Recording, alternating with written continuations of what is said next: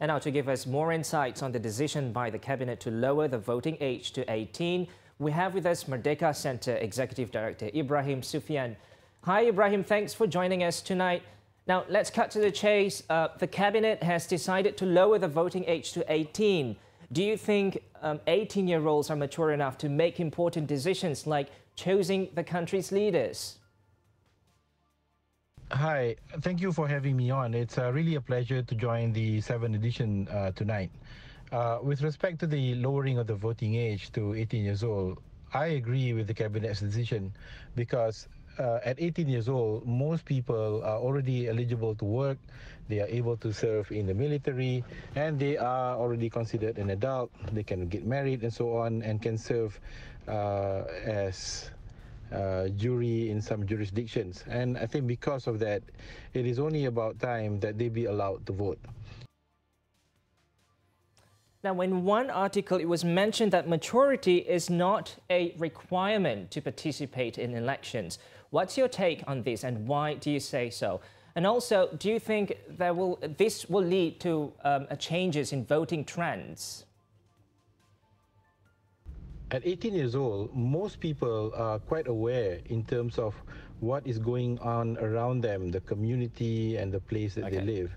And they, in many ways, can understand how decisions made by political leaders and the government affect their daily lives. While they may not fully understand the ramifications and how the political system works, they are, for the most part, aware of how it affects their surroundings, affects their work and their living conditions. And so in many ways, reflects maturity. While it may not encompass overarching understanding about how the whole world or the national political system works, but it certainly affects their daily lives, and I think they can make an informed decision about that. And I think it is appropriate that they be allowed to choose leaders to represent them in the state legislature or in the parliament. Right. And some countries like the US, Britain, Thailand, the Philippines and Indonesia have already set 18 as a voting age, but most countries still maintain the age at 21. Why is that? It is true that in some countries the voting age has been lowered, while others it has maintained at 21 years old.